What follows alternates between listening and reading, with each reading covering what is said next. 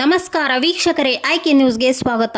ಇಂದು ಬಸವಕಲ್ಯಾಣ ತಾಲೂಕಿನ ಗೌರ್ ಗ್ರಾಮದಲ್ಲಿ ಪಿಕೆಪಿಎಸ್ ಸಮಿತಿ ಚುನಾವಣೆ ನಡೆದಿದ್ದು, ನೂತನವಾಗಿ ಆಯ್ಕೆಯಾದ ಸದಸ್ಯರು ಮಾಧ್ಯಮದವರೊಂದಿಗೆ ಸಂವಾದ ನಡೆಸಿ ತಮ್ಮ ಗೆಲುವಿನ ಅನುಭವ ಹಾಗೂ ಮುಂಬರುವ ಯೋಜನೆಗಳ ಕುರಿತು ತಿಳಿಸಿದರು.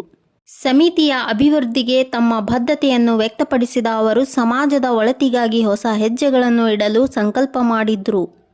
ಈ ಚುನಾವಣೆಯಲ್ಲಿ ಗ್ರಾಮಸ್ಥರು ಉತ್ಸಾಹದಿಂದ ಪಾಲ್ಗೊಂಡು ಸಮಿತಿಯ ಮುಂದಿನ ಕಾರ್ಯಕ್ಕೆ ತಮ್ಮ ಆಶಯ ಮತ್ತು ಬೆಂಬಲವನ್ನು ವ್ಯಕ್ತಪಡಿಸಿದ್ರು.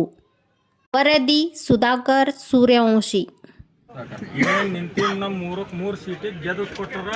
सभी हमारे BK9 news live media channel, सभी हमारे IK न्यूज, सभी हमारे KJ न्यूज इंडिया से लाइव रहे. जैसा कि बसवा कल्याण तालुके के गौर में जो PKPS सोसाइटी का जो इलेक्शन था, यहाँ पर जो कैंडिडेट ठहरे थे, इनकी जीत हो गई है. अभी हमारे BK9 news, IK news Kannada और KJ न्यूज इंडिया से लाइव हो रहे हैं. सर क्या बोलना चाहेंगे आपकी जो जीत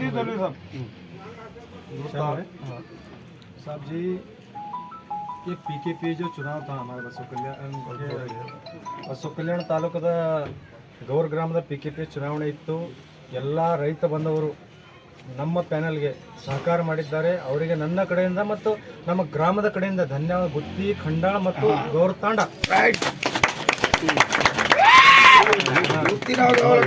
ಎಲ್ಲ ರೈತರು ನಮಗೆ ಬಹಳ ಸಹಕಾರ ಮಾಡಿದ್ದಾರೆ. ನಿಮ್ಮ ಮುಖಾಂತರ ಹಾಗೂ ನನ್ನ ಗ್ರಾಮದ ಮುಖಾಂತರ ಗುತ್ತಿ ಮತ್ತು ಖಂಡಾಳ ಗ್ರಾಮದ ಜನತೆಗೆ ನಾನು ಧನ್ಯವಾದ ಸಲ್ಲಿಸ್ತೇನೆ.